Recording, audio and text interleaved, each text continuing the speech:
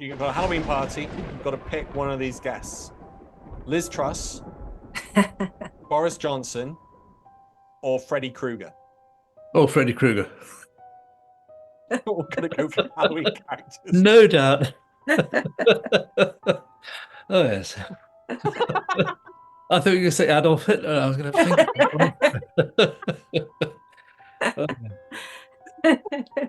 think. Liz, you've got Donald Trump, Nigel Farage, or Michael Myers. I don't know who's Michael Myers. Oh God! All right, Adolf Hitler. What the? The escalation's crazy. I think I'd go with Nigel. I've already met Nigel a few times, so I don't mind talking to him. Which upsets some people when I say that. He's quite easy to talk to.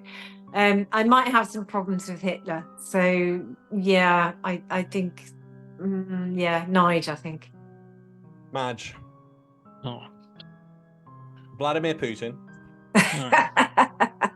Kim Jong-un. Oh. Or Stalin. Oh. Is it handsome bank robber Stalin, or is it Wario Stalin? Like, that makes a difference. It makes a big difference. So I can ask him about his cool bank robber stories. And then if it's Wario Stalin, I'd be like, didn't you kill your own son? And then it's going to be very depressing for a while. Okay, so is it? Are we talking bank robber Stalin or old man Stalin? We're going to say old man. Oh, fuck off. They're all in there. So I guess Kim Jong-un's quite young. Oh no, because I have to ask him, like, are you really the most handsome guy in North Korea? Because if you are, I might have to move there. And then I don't understand what he'd say because he doesn't speak English. I think he does. I think he pretends he's like one of those guys, like Putin pretends that he doesn't speak English. But I'll go Kim Jong-un because apparently he likes basketball. So I'll just shoot hoops against him for a while. So I'll go Kim Jong-un. And I'll dunk on him. I'll be like, see, you're not the best basketball player in North Korea, mate. Oh, there we go. I'll humble him. And Alex, what about you, Al? What about Alex, you? What would be my gonna three give choices Oh, then? Jesus. Can I give you three to choose from? Oh, you've been thinking. Go ahead. Priti Patel, Ah! Suella Braverman, or Ah! Kemi Badenoch? Oh, Come on. I think Kemi's the only one I've not heard make Holocaust survivors upset. So I'll go with. what did Patel do? Did she make Holocaust survivors upset? Did Patel She do has that? the death penalty, so.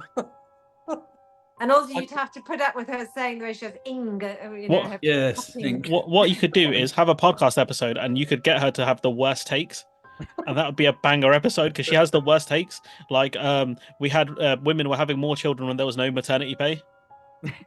The worst take. So you can. That's a good one. You know that's a you know.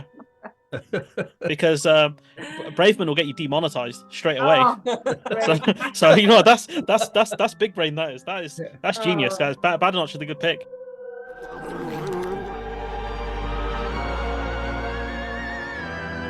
Welcome everyone to the Sunday Roast, and today we're back to our usual format of the Magnificent Four. Madge, can you please introduce yourself? Hi, I'm Big Match Studios. You might have seen me on here before because I'm on here a lot, and I've got my own channel where we discuss a range of different topics. Hello, I'm Liz Webster, and I'm the founder of Save British Farming, and I try to educate everyone about your food.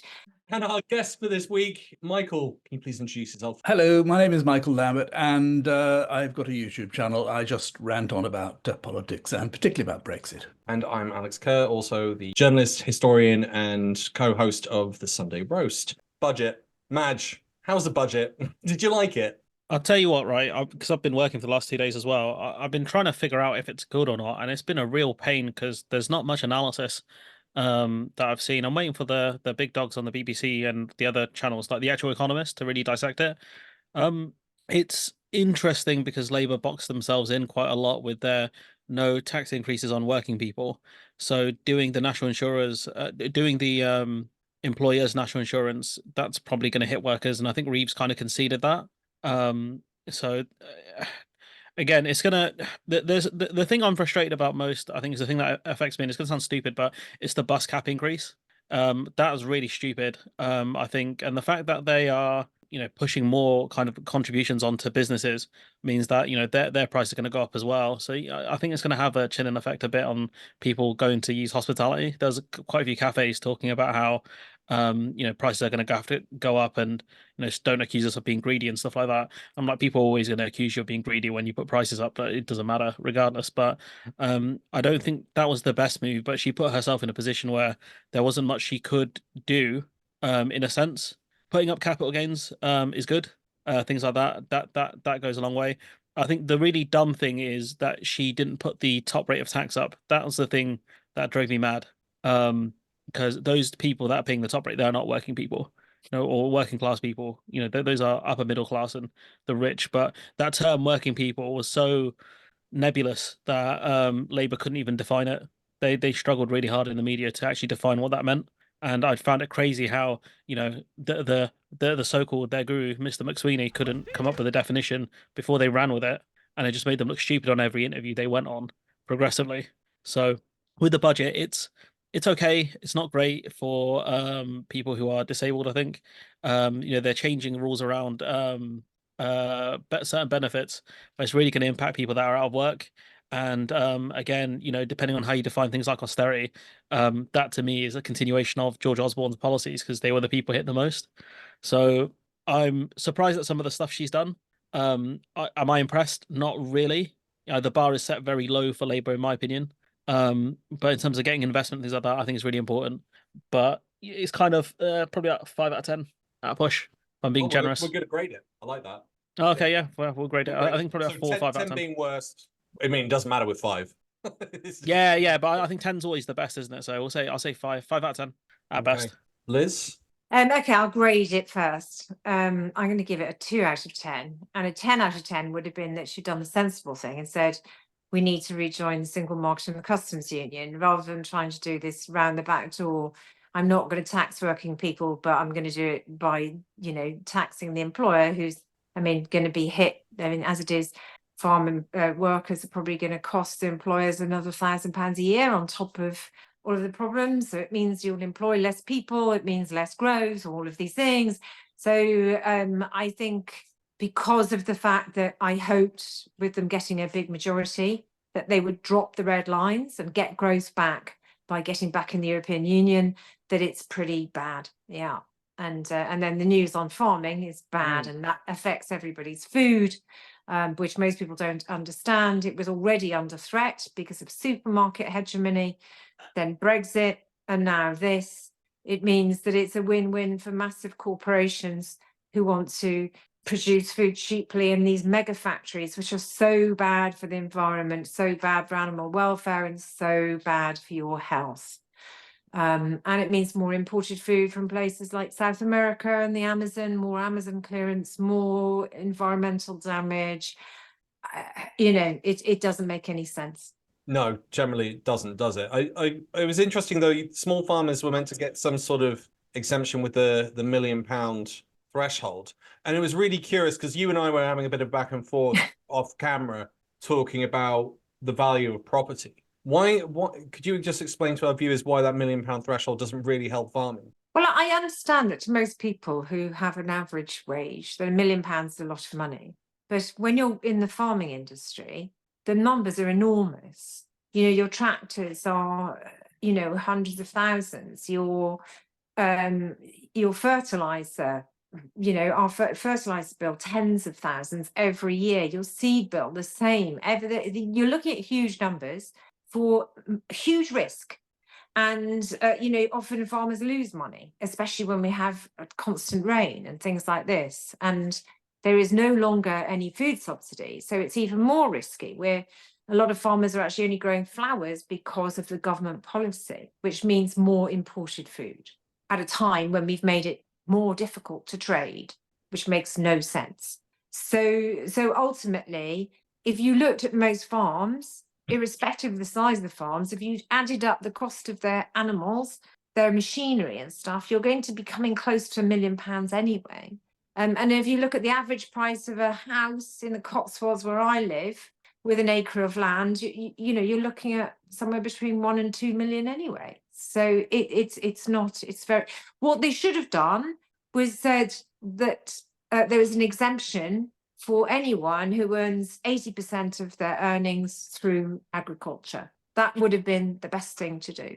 I'm a big proponent of farming and the protection of it. I know a lot of people in the Remain community or Rejoin community now are hacked off with farming because of Brexit, and they think that all farmers voted for it. But it's absolutely crucial to any economy. And throughout history, I mean, I've been learning about how essentially agriculture created governance, arithmetic, and writing, and we wouldn't be here without it, which is a wild thing to bring up. And we can talk about that later. I'm just aware that, Michael, we haven't had you in. What are your thoughts on all of this? And what was your grade for the budget? So Liz has got 2. Okay, great. I hadn't really thought about a grade. I don't know. I suppose about 5, maybe. I quite like Rachel Reeves. I think she's quite clever, quite smart. But she's the first officer on the sinking ship, and whatever she does is not going to turn the economy around. And I think there were 2 huge omissions. The first was global warming. There's virtually nothing about that, and that's clearly the most important issue facing us at the moment.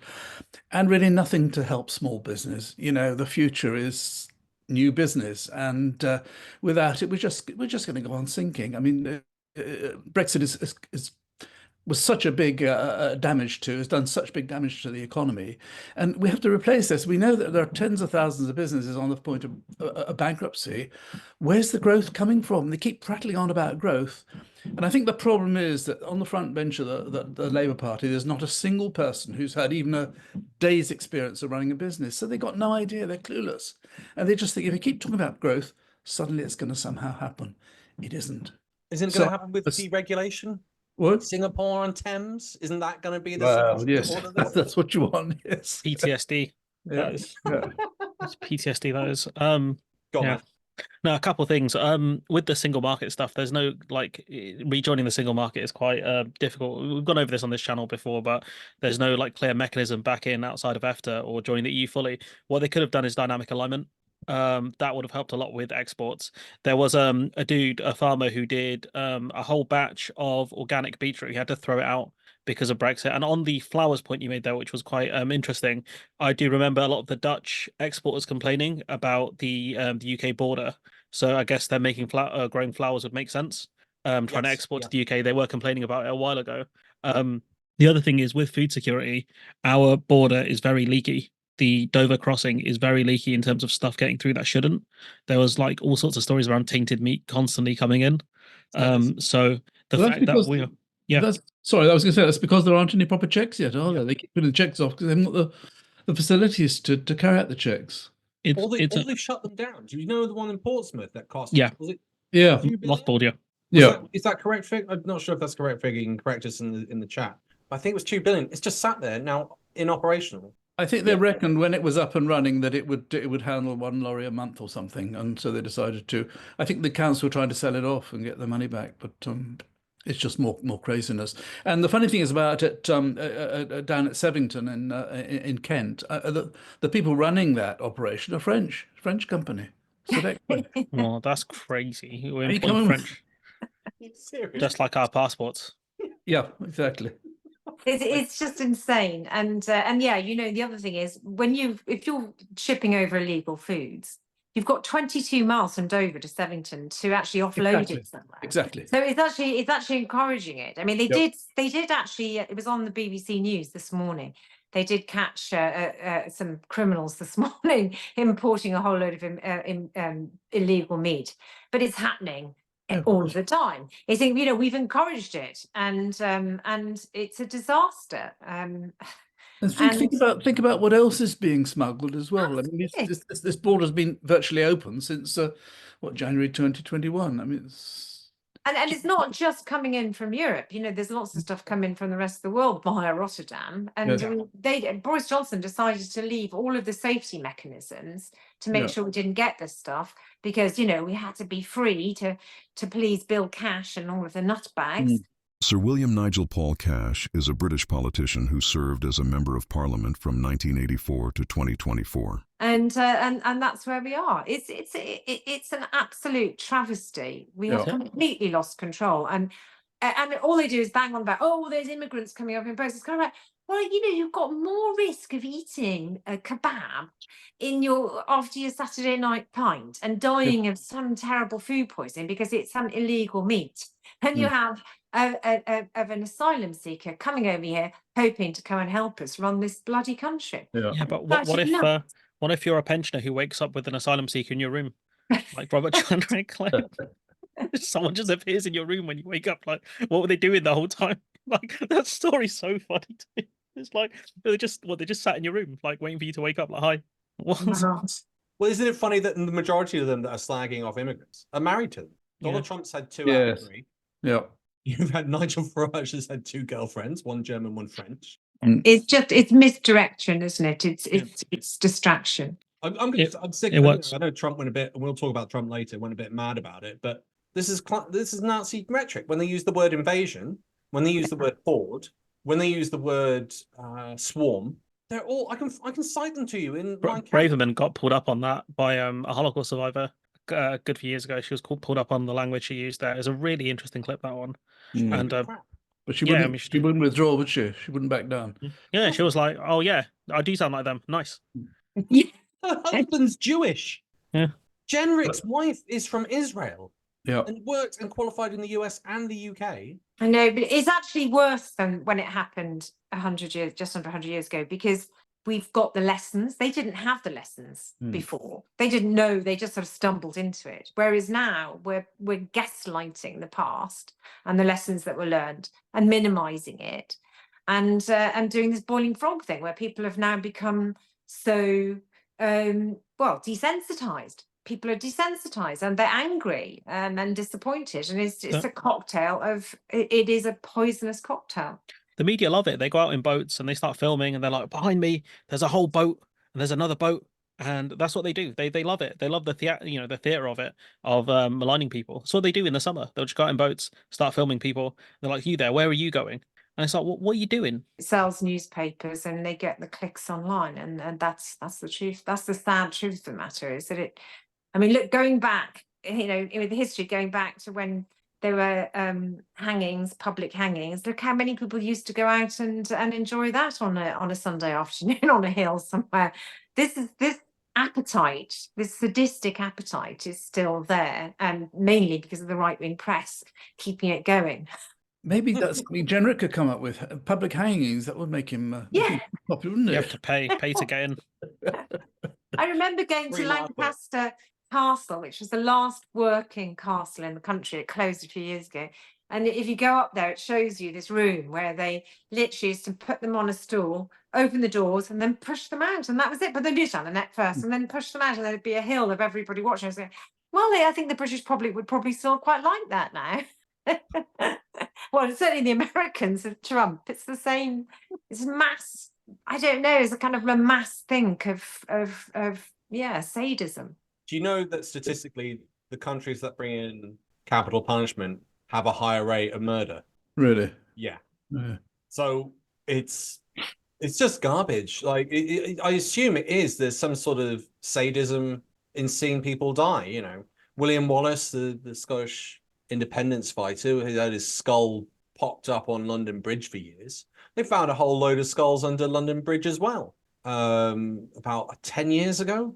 From all the people that they'd hung and murdered and killed and hung, drawn and quartered and everything else in between. So they had them hanging up along the Thames to warn people off who were thinking about pirating and everything else. It's a pretty vicious society. I mean, going back to agriculture just a little bit. I mean, World War II was the lesson. You and I again would talk about that off air. And the fact that I think 30%, we can produce 30% the required amount of food was the statistic that came out of World War II, which is why we had to dig for victory. Yeah, I mean, we repealed the Corn Laws in 1846, and that needed to happen because the barons owned all of the land and they had control of food prices, and it was squeezing the public. So I understand the need to do that. But what happened was that self-sufficiency plummeted. But we had an empire, so we could redirect. We had control of the food from other nations, which is why India, for instance, had a famine. We didn't. And now we're sort of repeating that in fast motion from Brexit in particular to now. And, you know, geopolitics are not looking good. If Trump gets in and Putin decides to stomp across Europe and invade the Baltic states and others, and where are we going to get the food? Where are we going to get our food from? You know, so when when you're talking about inheritance, like, those rich farmers, you know, it's kind of like, well, if you're hungry, you're going to be sort of saying, well, who's going to feed us? Because does anyone here know how to go out? Are we going to get everybody in the Forest of Dean running around after the wild boar with sticks and spears? Because, you know, to ensure there's enough food for 68 million people is really, really scary. I mean, there's a great quote from Lord Plumb in the 1970s. I can't remember it off the top of my head now, but the actual fear of not having enough food for this number of people, I find terrifying.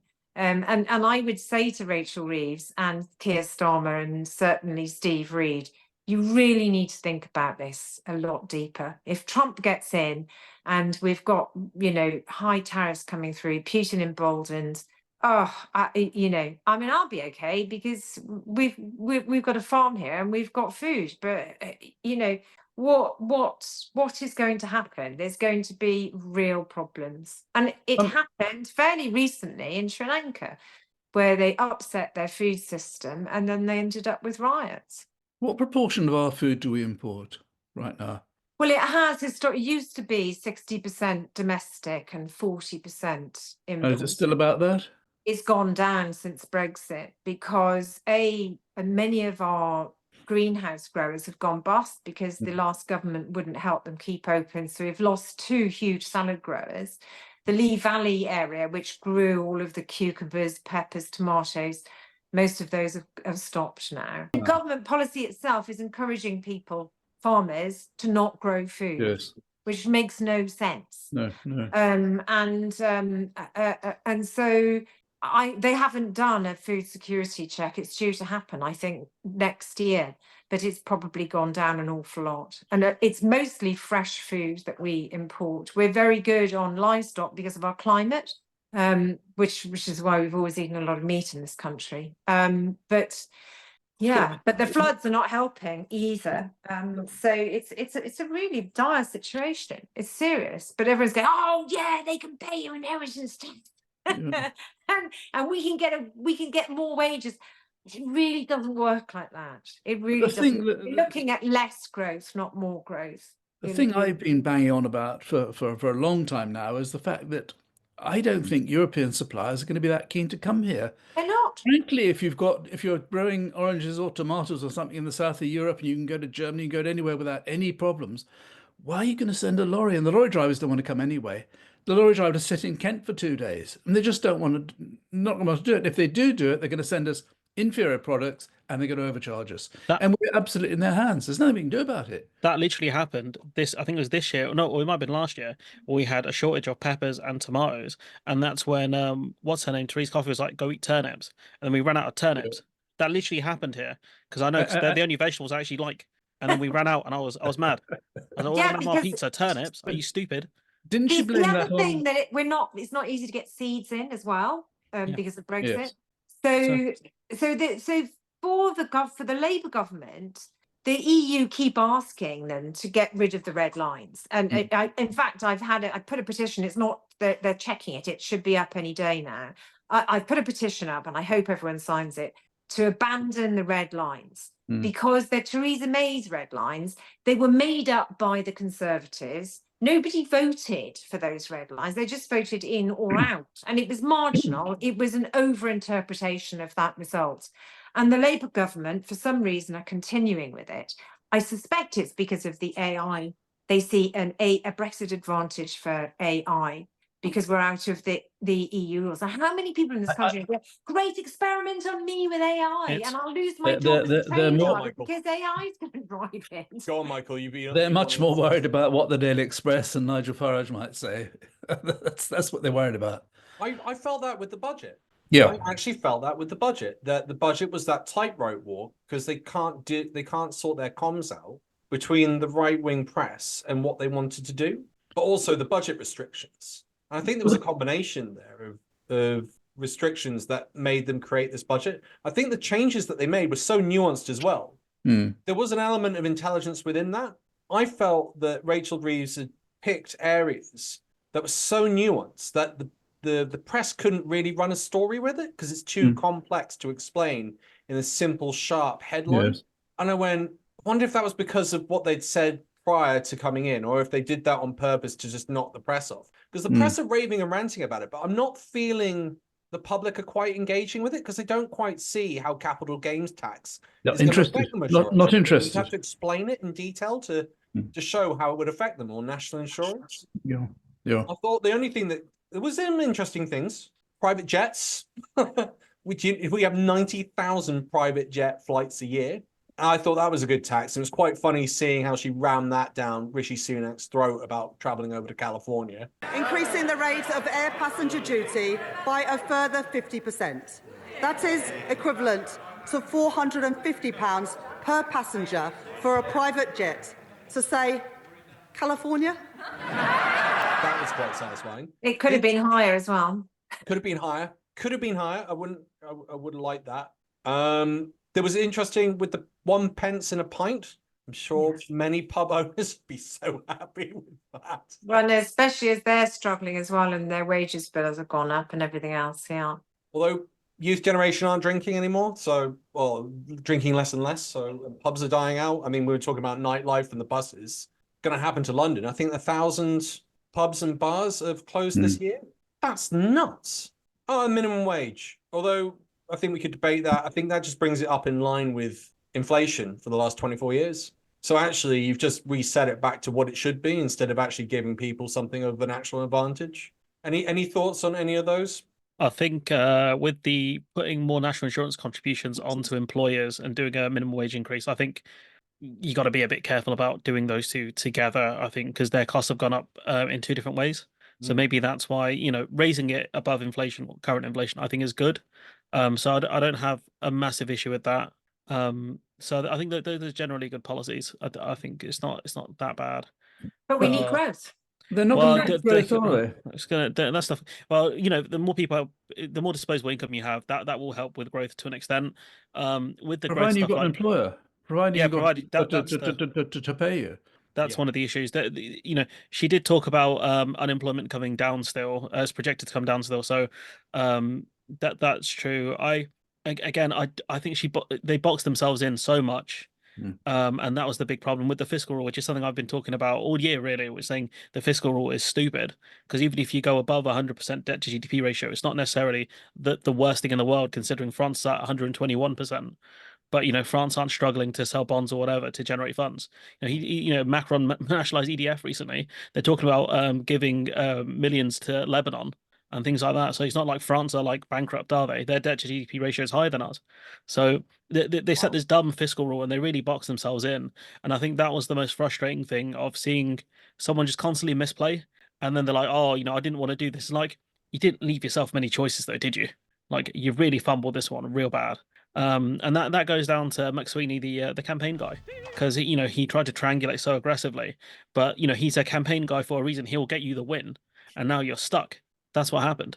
But I don't even know. Did they win, or was it just that the Conservatives lost so badly? And I mean, I don't. I think the thing of McSweeney is overblown. To be fair, it's that, because if he was so good, he would have got the top job, not Sue Gray. And then he had to stab her in the back to take her job. He's a fraud. He's a budget Dominic Cummings. They all want to be Alistair Campbell so bad, but they don't understand the media. They're all data people, and they don't understand people or the media. That's their problem. So that's why he had to shiv someone who was competent in order to take her job, because he had that job originally, and then he got fired. He got moved on because he's not that good. It's funny as well because we keep talking about their comms. All of us, I'm pretty sure, have higher numbers on our YouTube channels than Labour. Really? Which you definitely do, Michael. You definitely do. Yeah. You've got the best numbers here. You definitely do, yeah. I've seen Liz's numbers this week because we were chatting about that. You're smashing it. So I'm going, the only one I'm not unsure about this at this point is Imagine myself. I was sure last week, but I have no idea if Labour's changed at all. So I'm a bit like, if you can't even do that, why are you in charge of the comms? And it says something about their media.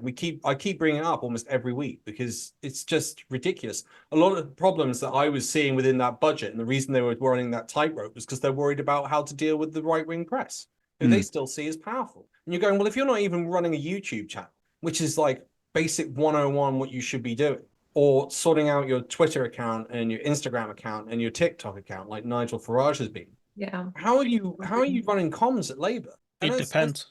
Every decision that Starmer makes, it's a question of what would the Express and what would Farage say.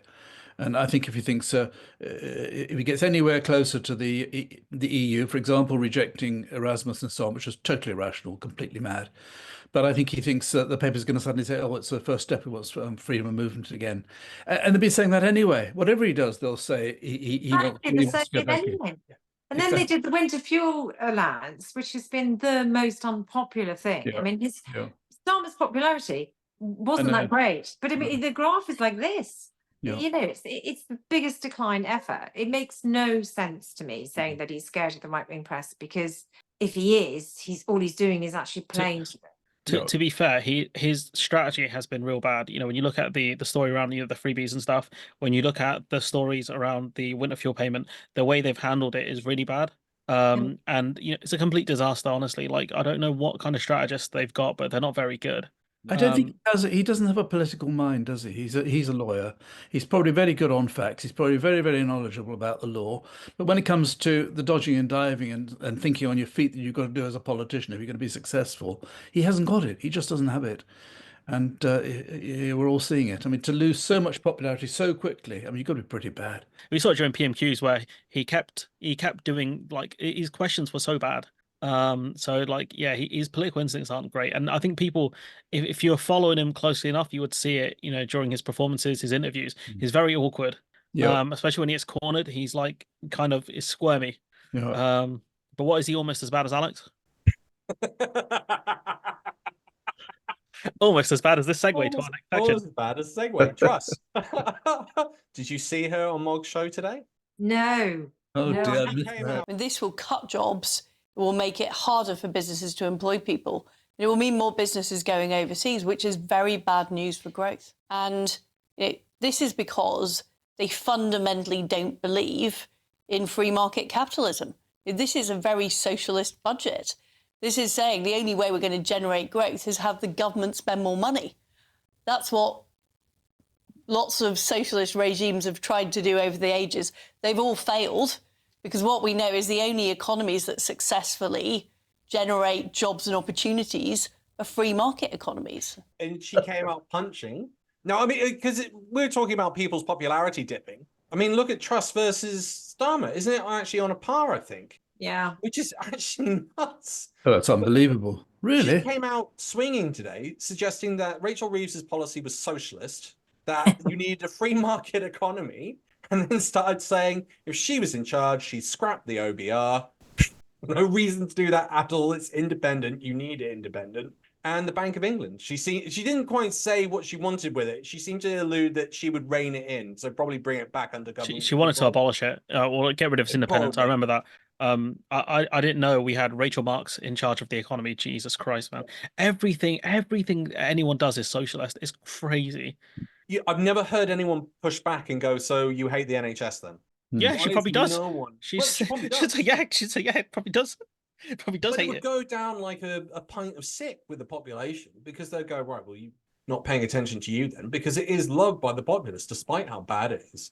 I even found some interesting stats this week, which I think were by the Commonwealth, put it up on here. But basically, it was showing that actually the efficiency of the NHS was at 90%. It was one of the top in the world. But interestingly, the US is right at the bottom of that. And that is the system that they want to bring in. They want the US system because they want everything to be free market. I can see you nodding, Liz. Well, I know, because she definitely wants the US system.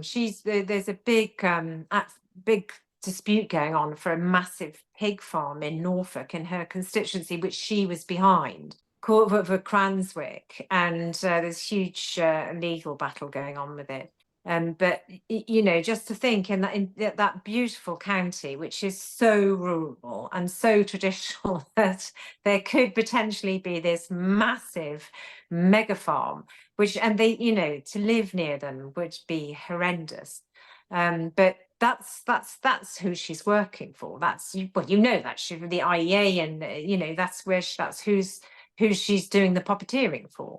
And they think that I've spoken to some of the American journalists on farming, and they go, gee, she even calls herself a farmer's wife. I mean, what the hell are you doing, you Brits? You know, they think that we're completely and utterly backward because of the way that we exist. But this is our culture, and that's what really upsets me. Is I'm like, I don't want to be like the Americans. You know, I'm not knocking them. America is America. That's their decision. I don't really want to be like America. I value British values. But I feel British. But they're our cousins. They're the Civil War. Aren't they our cousins? Donald Trump. Well, Biden's been going and saying about Irish inheritance. Donald Trump's mum was an immigrant from Scotland. Like the last two presidents have been deeply connected. We had Obama's dad was from Kenya, which was part of the British Empire. Like they've all got almost direct connections with. And they're really cross about immigrants coming in and taking over their country, which isn't theirs. Even though their entire country is based on that, and that is the entire history of humanity. It's insane. It's actually quite wild. Brexit, how's that going, Michael? Oh, wonderfully. I think we covered that just now, actually, but no, completely, utterly hopeless. I mean, it's until we find a way of going back into the getting some sort of arrangement whereby we're back in the single market or the customs union. I mean, there is no way that our economy is going to recover. It's just not possible. We're on a downward trajectory, and it's very, very depressing. And since the government are the most pro-Brexit party of all now, it's very sad because there isn't really any hope. And you know, my beef with Starmer was that when he said 3 years ago, never, never, never over my dead body will we go back in, it was so stupid. It just shut the door, painted himself into a corner at an early stage. All he should have said was, look, we had a referendum, people voted to leave, and we have to respect that, but things may change in the future, who knows? But now he couldn't do that because he's worried about what the Daily Express might say. And now we're here now with the whole of the cabinet, who are all voted to remain, are all saying no, that's in the past, we've got to move on. I hate this thing about having to move on. You know, they've just told you you've got cancer, now you've got to move on, and it's just so depressing. But as I rant on about every week, but I think it's the lack of hope. The fact there is really no hope. You can't sort of say, oh, well, perhaps if such and such changes, maybe things will get better. There is no way things are going to get better. That was an incredibly dark Halloween-esque. Yes, I'm sorry about that. I should have worn a black hat. Play that in the intro. Let them know what's up. Yeah.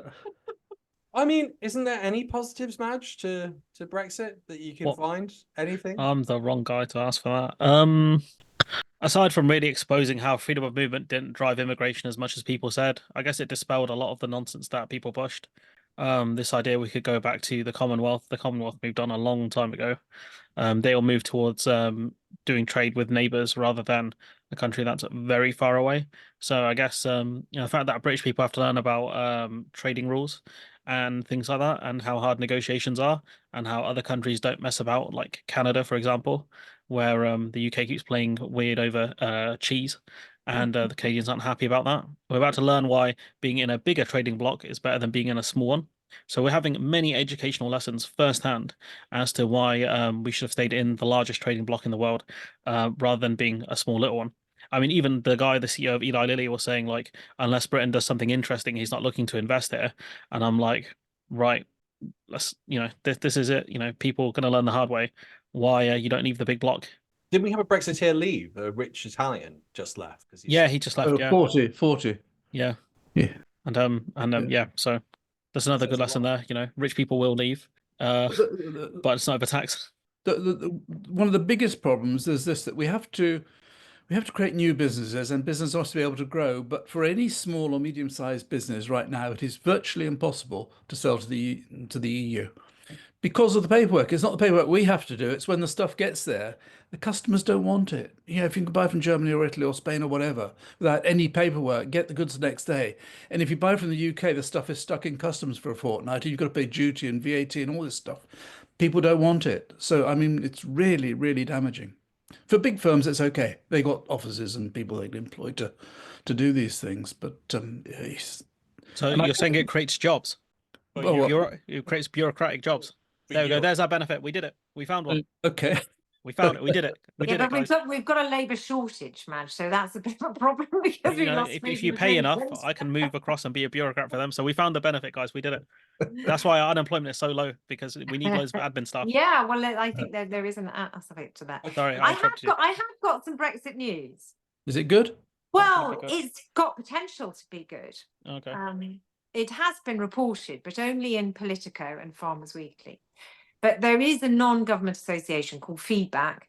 And for the last 2 years, since the disastrous Australia trade deal was signed, they issued High Court proceedings for judicial review.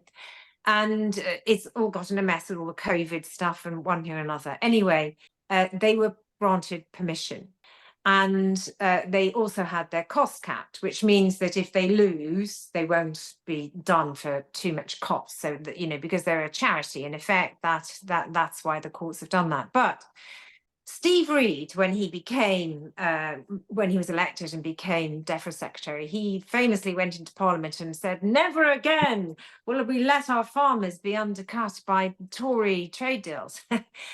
And then after that, he got into office and something changed and he started fighting this court case. And so they're challenging the court's decision to cap the costs, which means it would be hard for this organisation to continue the JR. I mean, I don't think it will, because I think we'll get some public funding if that's the case. But we all know that the trade deals were wanged through without any parliamentary oversight. Even some of the Tory MPs were furious about this. And so they're not challenging the trade deal per se, which we know Boris Johnson basically agreed on the back of a napkin while he was drinking loads of wine with Liz Truss. But they're actually challenging the fact that there wasn't enough parliamentary oversight, as well as there is no impact assessment, particularly on the environmental damage, given that we've signed up to the Paris Accord. So I feel very optimistic that we might find that they lose in court, and then this government would have to go through Parliament, all of these trade deals all over again. They would have to run them through Parliament before they can continue. And I think that will be quite interesting to see that happen. So I'm sure the government will fight it all the way up to the Supreme Court. And if that says, you know, then if it goes to there, then it's got the potential to go to the ECHR. So it really is going to be very interesting, I think, as time goes on. So I feel quite excited by that, because at least there is a challenge there, which means that we're not being force-fed this toxic, horrible Brexit with terrible trade deals.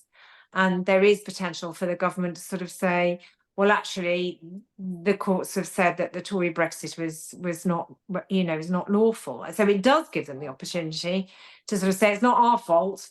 It was the Tories that stuffed it. So I hope that's what happens. But I do think they are rather attached to AI. And I don't know if you watched PMQs yesterday when Sunak and Starmer were having a love-in, and AI came up, because one of the Brexit advantages is this ability to experiment on AI on us, because we're out of the EU regulation. Which is pretty terrifying. It's been interesting seeing so many of the big wigs within AI attacking the EU for its regulation, but the regulation seems to be there as a preventative to make sure things don't get out of hand. There was an interesting piece I was looking at on the use of AI tech in Ukraine and Russia, and more AI tech is being experimented there. And essentially, they're not even having pilots, from what I've understood. It's AI only, which is wild, because you get into this real ethical conundrum of robots making a decision as to whether or not to kill a human, and yet no regulations being brought up with that. That's really interesting. That is a positive news that you've brought up, though. Going back onto that, I think it'll be interesting to see how much they challenge it. It'd be interesting to see what the Supreme Court says. I think you said off camera that there was a precedent set as well. Yes, there is a precedent because of some sort of oil extraction in Surrey, and the courts found against that, and it wasn't allowed to go ahead because of the environmental arguments. So Wow. that's powerful. And then when we look at Cranswick and the mega farms and those sorts of things and the environmental damage, all of these things come together, which is where this sort of inheritance tax on us as the producers of food and the Brexit mess gets me furious because it's got to, you've got to, especially when you've got Putin threatening our continent, you've got to think about, you've got to have a war brain, and just handing away your food security, it makes no sense at all to me, unless you want to starve a load of your the population. It doesn't make any sense. I mean, within that, there's some wild stuff as well, because there were people complaining both in the States and in the UK. I think Reform members about 3 billion being given over to Ukraine within the budget. I know we're going back a bit, but it is an important fact. And I was like, yeah, because it's cheaper for them to be paid to deal with that problem than to have him take Ukraine. And where do you think he ends up next? It's just how it works. It's, that classic salami tactics, slice by slice. And that's what he's done. That's how he took Crimea. That's how he took the border of the eastern border so far he's taken of Ukraine bit by bit. And he's got a war machine. He can just throw bodies at it. He's got a tiny economy. I think it's the equivalent of Spain in terms of what it actually has. But yeah, there was something else. I'm going to slightly combine Brexit and the budget because I think it got missed. And it's quite an interesting thing that got brought up. One of the Labour MPs, after the budget announcement, got up and said that Brexit was a bungled deal, as if it could have worked if they'd been in charge. Oh, really? I didn't hear that. Yeah, I only caught it at the very end, and it was a Labour MP saying this. Any thoughts, Michael? Well, just that Brexit could never work. It could not work. We were going to be much, much worse off once we left the EU, and there's no deal that could have worked. You keep hearing this. It's not the right sort of Brexit. If it was done properly, or if we'd really left, then everything would be fine. The whole thing is just bound to fail. There was no way it would ever succeed. No economist apart from the crazy Patrick Minford has said that it could work. And I think he's still stuck on that, even though everything he predicted has been completely modelled. Julian Jessup's the other one. There's two of them. The economists believe. I think there's a handful of them. Yeah, it's unbelievable. And they talk absolute gobbledygook. It makes no sense. Oh, and that Catherine McBride. Well, I find it quite depressing that there are, in my comments each week, I get quite a lot of people telling me that either that we were right to leave because we got back sovereignty, and the other one is that it's just as bad everywhere else. Wherever you go, I mean, they're having, and a number of times people tell me that Germany's on the point of collapse, is going bankrupt, and all the rest of it, as though that makes everything fine here. Bonkers. It is. I've been to Germany recently. They don't have as many security guards. They do not have security tags on cheese. We do. We're the only country in the they've got it on. They've got it on the sausages. They've got security tags on the sausages and the stuff they actually want to take. The bratwurst German sausage. I mean, it's worth its weight in gold. And the beer. They probably got it on that. But yeah. But I've been to, over the course of the last year or so, 5 or 6 different cities in Europe, random cities, and everywhere it's absolutely as plain as can be that the quality of life is better there.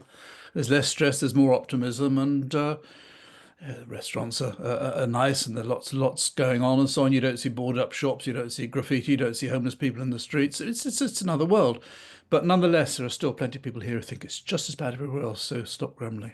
There was an interesting article just on that note about traveling over into Europe from, I think, Politico was leaked yesterday. They claim they've got leaked documents from the EU demanding that they have, as part of a reset deal, the mobility program installed with the UK.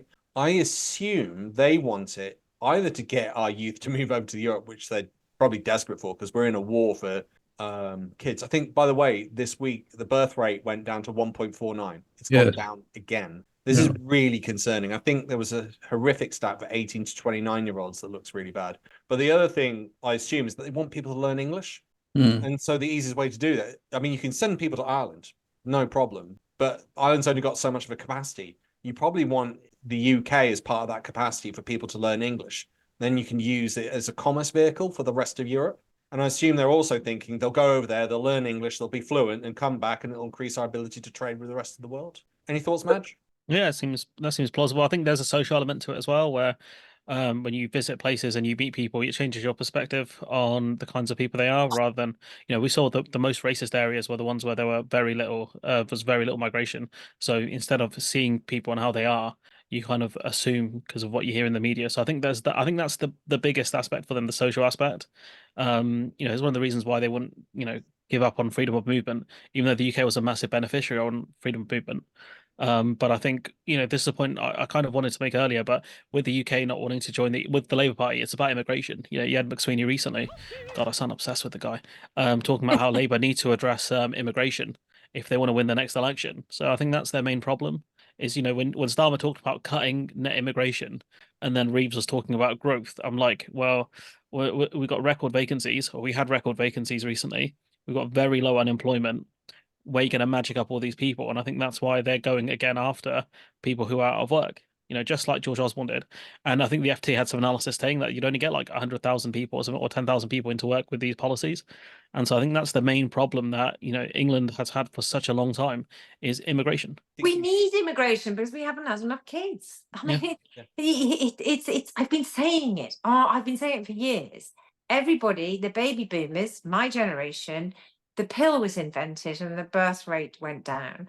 And that's only continued to go down because it's become more expensive. You've relied on two people working to run a family. You don't have a woman staying at home as a full-time mother unless you're wealthy.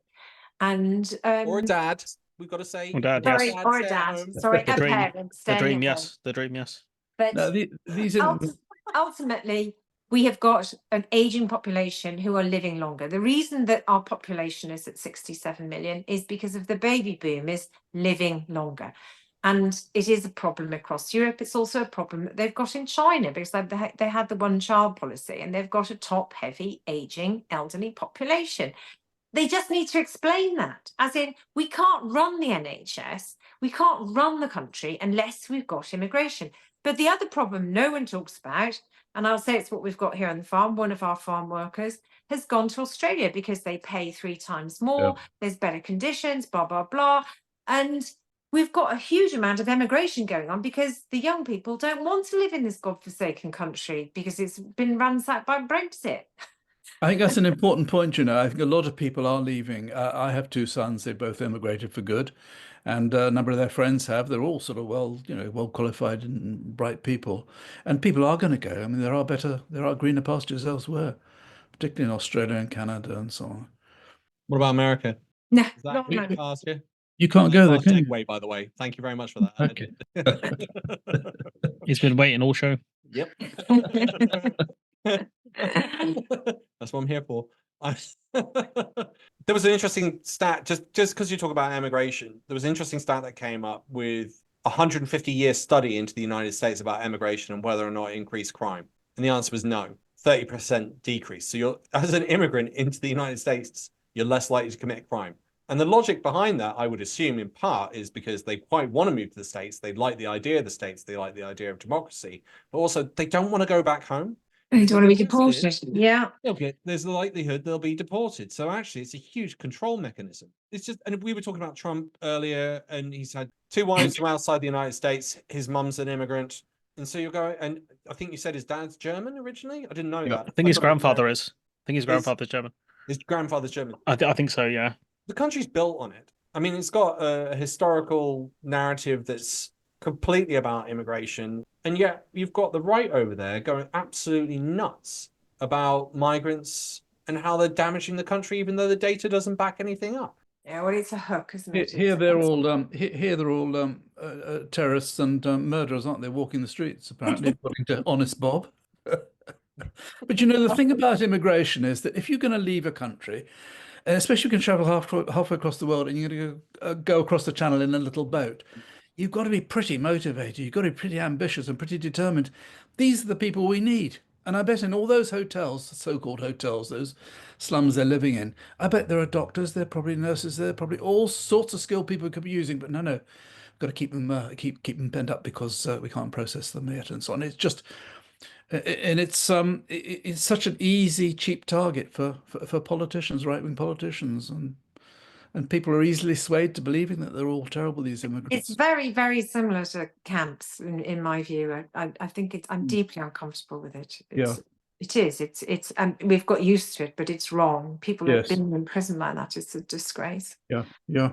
Trump's brought up the camps, bringing them back. You know, they had them for World War II for the Japanese, and there was a rule that existed in 1798, I think it was. But they brought back internment camps in the 1940s to deal with Japanese Americans. Ronald Reagan, ironically, Trump's, idol, actually apologized and gave out a compensation fund and said, no amount of money can do any compensation for the damage I've done, that we did to the Japanese Americans. But they're not. I mean, they're free to come and go, aren't they? They're just provided with accommodation. I don't think anybody's. The internment camps in No. I'm talking about the asylum seekers in the UK at the moment. But they're not allowed to work. So no, exactly. Yeah, I tell you something interesting. I know a guy. He came here to go to university and he qualified and he got his degree about 9 years ago and applied for right to remain. 9 years he's been here.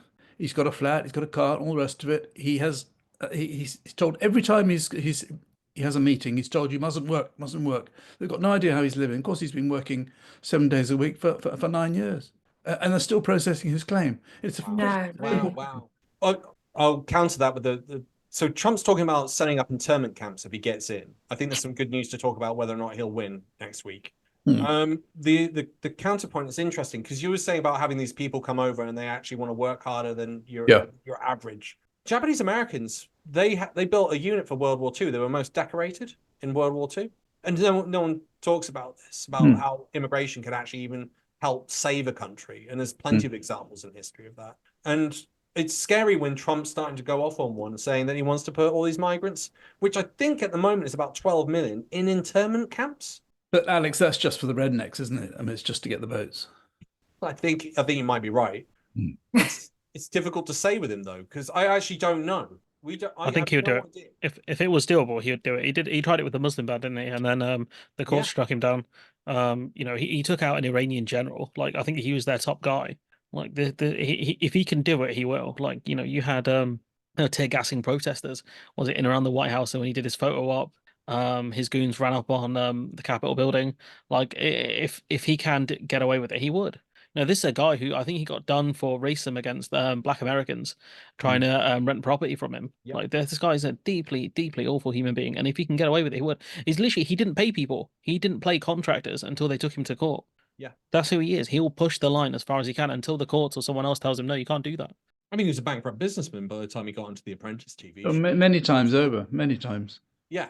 3 or 4, isn't it? With failed opportunities, and yet managed to get on a TV show that embellished his fortune and made him look like he was an actual leader. It's because he's got personality. That's why, and people love personality on TV shows. He's got personality. He's funny. He's. I'm telling you, funny at all. I'm telling you, he did. My favorite Twitter video was him. The one I told you about before, Alex, where he said, "Look at this photograph," and it was Biden denying ever meeting this person, and the lyrics is, "Look at this photograph," and he pulls out the photo, and it's Biden with that dude and Hunter Biden. I'm like, that's crazy. Like he did in a perfect format. Like sometimes he's generally funny. And that's why people like him. He'll say outlandish things. He literally attacked one of his own supporters for being overweight. That guy's got a serious weight problem. Go home, start exercising. Are you serious? Yeah, he did. Yeah, he goes, get out of it, and he started dissing him for being overweight, despite the fact that Trump is overweight. Look at that gut, like a garbage bag full of buttermilk. Yeah. And then you're just like, okay. And there was like another guy said to Trump, "Oh, I'm not going to vote for you because of his policy." He goes, "You weren't going to vote for me. You weren't going to vote for me." And like no other politician will say that. So part of him is funny. The problem is he's also a fascist, borderline fascist. Yeah, you can say Mussolini's a fascist. He's good at speaking. That's the problem. I think his only interest is Donald Trump. And then he just wants to. Right now, he's fighting so hard because he doesn't want to spend the rest of his life in court or in prison. But I don't think he's got any principles, any morals. I don't think he's got any deep political thoughts. I think he just wants to be president. He just Wants to be Mr. Big. His principles are power and money. Exactly, yes. I think he's very similar in many ways to Johnson and to Farage. They're people who just love being in the limelight and are very powerful personalities because they've got the gift of the gab. And it must be very thrilling if everybody sort of piles out to see, thousands of people come out to listen to you speak and so on. It must be fantastic. But I think that's what it's all about. I don't think he's out to change the world politically. One of the reasons one of the reasons he ran in that RNC campaign is because the media were losing interest in him, because every time he'd say, I'm going to run, I'm going to run. And then eventually they got bored of him saying it. And then he actually did it in order to keep media interest. Yeah. So that's why he did it in the end. And ironically, he won. But it's because he wants to be in the media all the time. Yeah, exactly. It's almost a drug for them, I think. Yeah. The three of them. And Oh, the thought of Trump being on my screens all the time. Oh my God, it was 4 years of hell. And if he gets in, that might be the end of elections in America, and we've just got him forever. Oh. He's not going to win, Liz. He's not going to live long either. The amount of McDonald's that man eats is insane. Like, he can't. I'm surprised he's still alive now. Like, I genuinely, like, when I look at him, I'm thinking, dude, like, just stop. I remember my sister saying to me, don't worry, Brexit's not going to win. And I was like, oh, I don't know. I feel really worried about this. And I woke up at 4 o'clock in the morning, and that was just, it was one of the worst days of my life. And I feel like next week could be repeating that whole feeling of like, oh no, everything's upside down again. Do you think, what do you think then, guys? Do you think he's going to win? Let's go, Michael. I don't think he will win. I think Kamala will win, but I think there'll be a lot of trouble after that, a lot of rioting and all the rest of it. And he's never going to accept it. But I think he'll lose. Why do you think he'll lose? Because I think amongst all the crazies, there are enough people to perhaps think twice when it comes to actually voting. And I mean, it's neck and neck at the moment, isn't it? In fact, in the polls, she's slightly ahead. But it's just such a utterly crazy system. We've got 17% of the population of America will decide this election. And if you vote in California or in Texas, I mean, your vote is a complete waste of time. It's a terrific condemnation of first past the post. It's just mad, really. The fact that for the last few weeks they've all been running around these 7 states and ignoring the rest. Liz? I said it's a house of horrors. I don't know. I'm scared. If I say I think he's not going to win, then he's going to win. So I don't want to say anything. I don't want to jinx it. Yeah. I don't want him to win. I really, really, really don't want him to win. Because I think it'll be terrible if he wins. So Madge? I'm sorry, I'm gonna if I was gonna bet, I'd put my money on the Donald. I think he's gonna win. Really? Why are you smiling? Oh no, it's funny. I won £5 last time he won. I bet my friend £5 he'd win, and then I won £5, and my friend was fuming, and it was hilarious. So I think he's gonna win. I mean, to be fair, I don't like some of the stuff that has happened under the Biden presidency. You look at it and you're thinking, like, what are you doing? Like, honestly, when you look at their Middle East policies, like, do you want to piss off minorities? Do you want to piss off the Arab base? Like, really, guys. And so, like, it wouldn't surprise me if she lost in some ways. The fact that they didn't have a proper primary, the fact that they pushed her into the role, I'm just like, what are you guys doing, honestly? The fact that Biden stayed in as long as he did. I will defend him on that. I don't think there was any time to get a proper primary up and running. Well, I think they could have done. You had to do it, but I think you had to do it. Who do you think is going to win? I think Kamala Harris, and I'm basing it on recent polls that have come out about who's considered the most popular.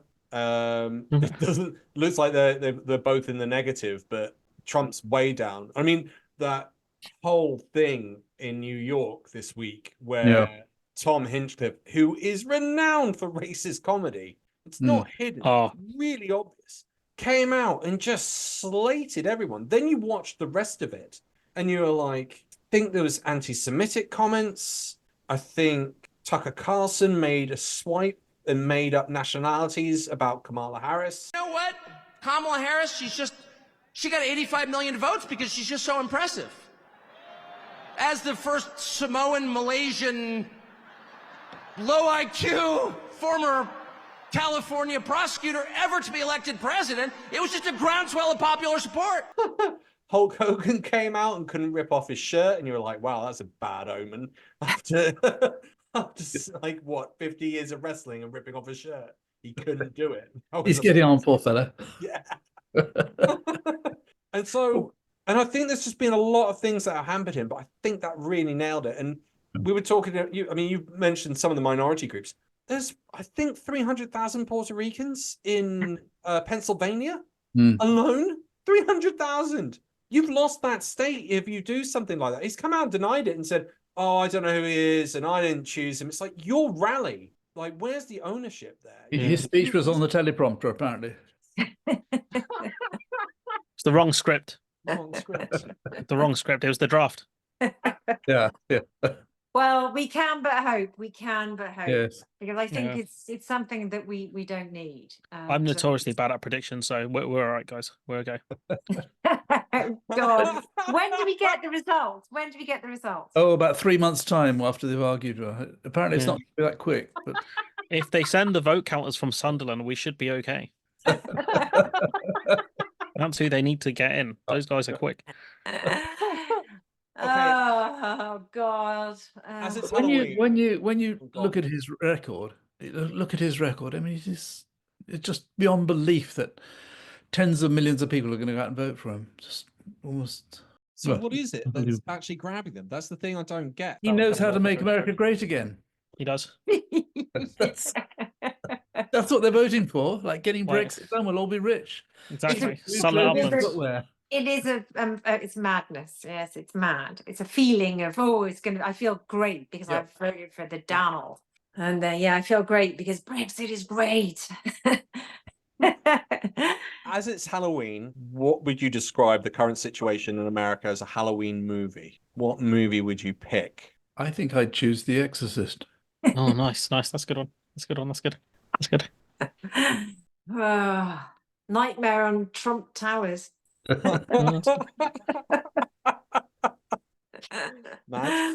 I'd go Friday the 13th because no matter how much they throw at the guy, he just keeps walking towards him. He's not running; he's just walking towards him, and he's ready. You know, it doesn't matter how fast you run from fascism in America; they are chasing after you. Yeah, it feels. I'm feeling positive about it. I'm going with Alan Lichtman. 30 Keys of Power. You got a horror film? You want to pick a horror film? I mean, I was thinking of Nightmare on Trump Tower. I've got to be honest, Liz. Great minds think alike, right? Sorry, I stole it. It's fine. And I'm you always have to have a backup. And The Exorcist was pretty good. Exorcist 2? Exorcist 2, yeah. That would make sense. It's literally part 2 Halloween, isn't it? Yeah. Halloween part 2 is actually quite scary. And I think that was, I know a couple of journalists have gone out there and I've literally said to them, just be careful. Because whoever wins, you're going to lose. You either get Trump in there. I have no idea how the left are going to respond to that. And then you've got all the Democrats as better description. And if he loses, I think it'll just kick off. It really will kick off. I think so too. I think so. You've got the Omen. You can always go with the Omen. The Omen. What was the one with where everyone is allowed to kill on one night? What was Purge? Purge. Yeah, that would be good. The Purge. Yeah, that would make sense. It was in America. Yeah. Yeah, and it's set up in America. I feel like you're about to have a purge. That would be it. I think. But the problem I have with that is I just can't see, like, there's a generational divide here. It was interesting. There's a gender divide here. Interestingly, the stats are showing that women are now gravitated towards Kamala Harris more, and men have gravitated more towards Trump. So there's that. So, but I think the Roe v. Wade thing has just pissed everyone off to such an extent. It's just going to be overturned in legislation, and that'll be the end of it. I mean, at least in federal legislation, I have no idea about the Constitution. I think there'll be some hope. I think there'll be some conservative-leaning women who will secretly vote for Kamala Harris based on like the protections for women, because what Trump did to the Supreme Court is nuts. So I think there might be some. You know how we have shy Tories in this country? There might be some shy Kamala Harris voters. Well, at least we hope for some, because I imagine that would have messed up a lot of people's plans when they abolished Roe v. Wade. Like getting an abortion out of state, by the sounds of it, sounds like a nightmare. On that note. Bye, everyone. Happy Halloween. Bye. Hail the Lamb. Happy Halloween. Yep.